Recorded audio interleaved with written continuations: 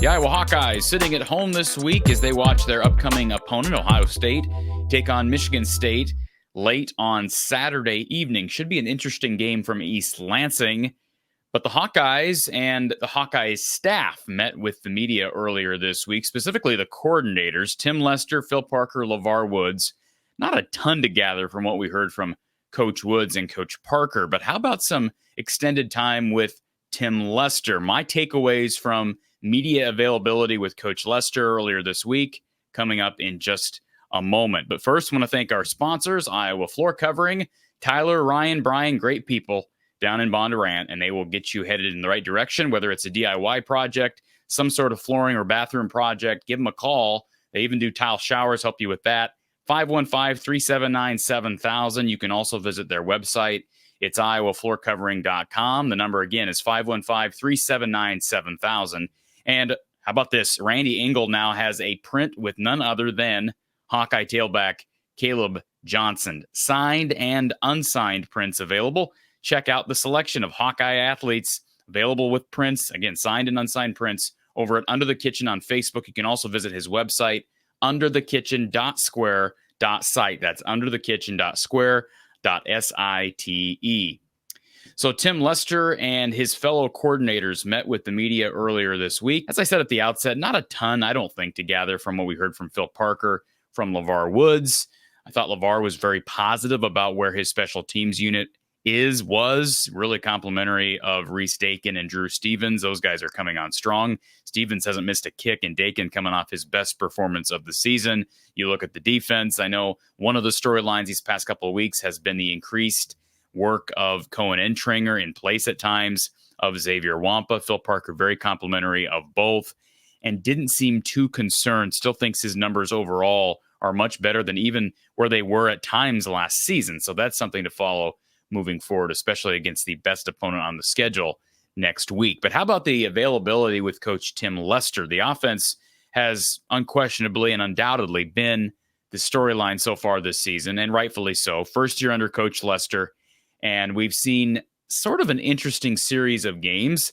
You have the Illinois State game in which the defense does its job. The offense comes on strong in the fourth quarter after just scoring 6 in the first half.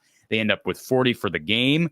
You have the Iowa State game where they score 13 early points, a really strong first quarter, and then it's 3 quarters of almost nothing. Iowa State comes back and wins after trailing by 2 scores. You have the Troy game where Iowa's trailing at halftime until the Iowa run game comes alive in the second half and runs away from the Trojans.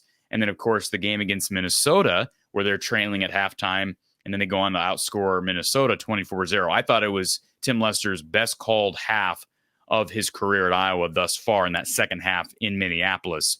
But a couple things of note I thought I took away from the media availability earlier this week. Coach Lester was asked about Brandon Sullivan coming in on red zone packages, and if people haven't noticed, Cade Piper, an extra offensive lineman, has been brought in a heavier package along the goal line.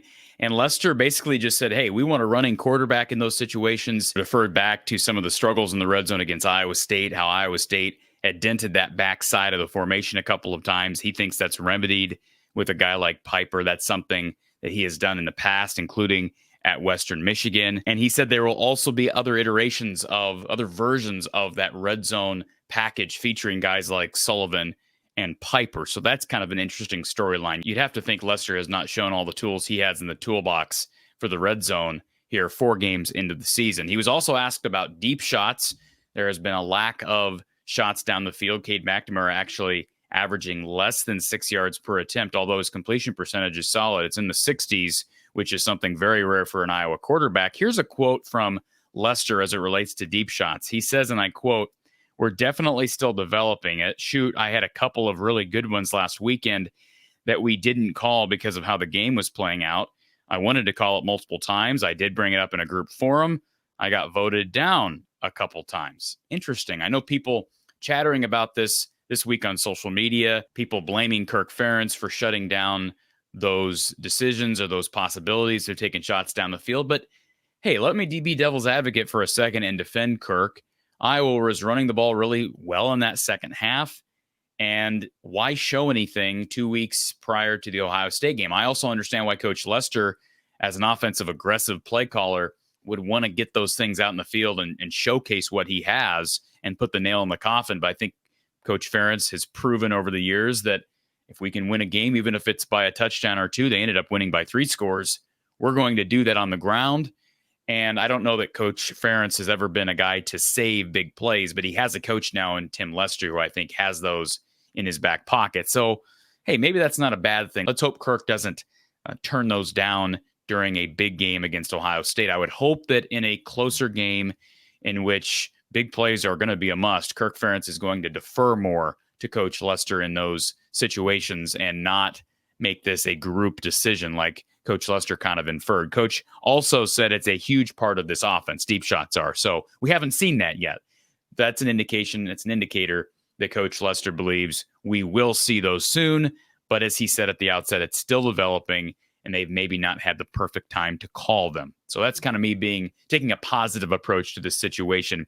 Cade, according to Coach Lester, was 11 of 13 on Saturday. Let me explain. He was actually 11 of 19, but Coach Lester brought up how he called a bad play, which Cade had to basically throw the ball away to avoid a sack. He said there were at least 2 or 3 drops. There were a couple of bad routes. Now, that's a part of any game. You can't really make excuses. But as it relates to how a coach is going to evaluate his quarterback, he's looking at this saying, hey, Cade McNamara played his best game of the season against Minnesota. He talked about footwork. He talked about timing. And again, he evaluated Cade as 11 of 13 against Minnesota. So that is noteworthy. But staying on time is the most important thing, according to Coach Lester. That's not just staying on track, on time with the chains, moving the chains at a good rate, but also tempo. At times, we haven't seen a ton of up-tempo offense from Iowa. But timing is something Tim really emphasized during his press conference. He was also asked about Caleb Brown. No surprise there. We've talked about Caleb Brown's not just availability, he's available, but his involvement with this offense, his lack thereof. And Coach Lester did say, and I quote, we need to get him more involved. He mentioned Caleb Brown maybe struggling at times with route timing so far. So as explosive a receiver as a lot of people feel like Caleb Brown is or can be, there is a lot involved with being a receiver, not just the blocking side of things. Tim Lester said he had a really good day in blocking this week in practice, but also timing those routes so that he's in sync with the receiver and the ball's coming to him, right, when it should come to him, because apparently Cade McNamara is getting that down. And naturally, Cade has a lot more experience at this level than Caleb does, but that's something to follow. But he does want to get Caleb Brown more involved. We've seen a lot of receivers out in the field. You'd still have to think Caleb Brown is one of their better athletic options moving forward. So those are some of my takeaways from the media availability with Coach Tim Lester. Of course, we have college football on this Saturday, and then next week it's Iowa at Ohio State in Columbus for a showdown between the Hawkeyes and the Buckeyes. Be sure to like the video, folks, on the way out, and we will talk to you next time. I'm Corey Bratta from the Hawkeye of the Storm.